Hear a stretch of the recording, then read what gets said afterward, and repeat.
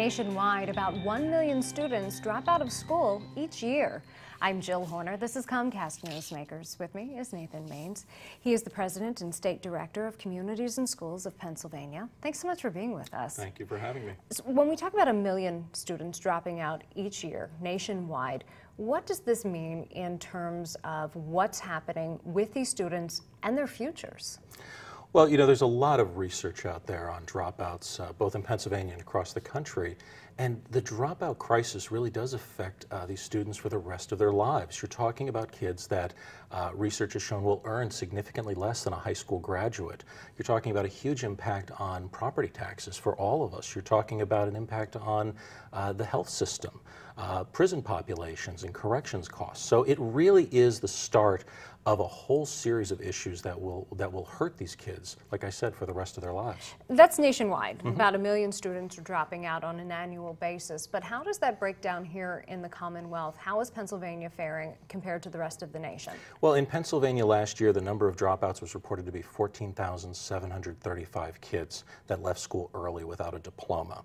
To give you a sense of that, we're talking about $147 million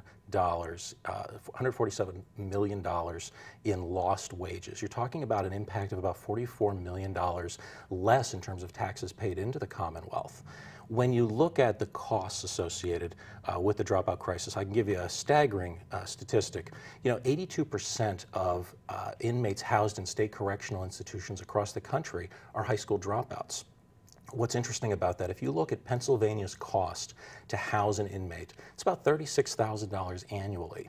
If you look at the amount Pennsylvania spends per student on average across the Commonwealth, it's about $13,000 annually. So it's a tremendous impact, and we're spending more on housing inmates 3 times as much as working with students to keep them in school. So if the idea is to be more proactive and work with students before they even consider dropping out of school, talk to us a little bit about the approach of your organization.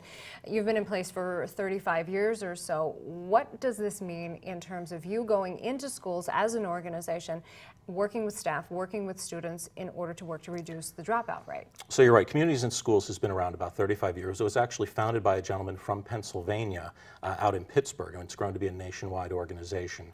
Really, Communities and Schools is all about identifying kids at highest risk of dropping out and providing them with one-on-one supports, clearly identifying what it is, that early warning indicator, if you will, that might cause that child to leave school early. It's providing a site coordinator into school districts that works both with the whole school population and a child one-on-one. The range of services can be anything from looking at resources within the community that they can bring in to help a child if it's a food issue, if it's a family issue that needs some sort of assistance. Then you're looking at the academic side of things. You know, do they need extra support in a particular subject? What we do with our site coordinators is really work with school principals, counselors, and teachers to provide that extra level of support that, frankly, in today's day and age, schools don't have the resources to provide. And we just have a short time left, but you serve about 24,000 students in the Commonwealth by creating what you're calling a community of support. Absolutely. Yeah, and it's growing. And certainly, as we see, you know, the needs of students are more intense today than ever.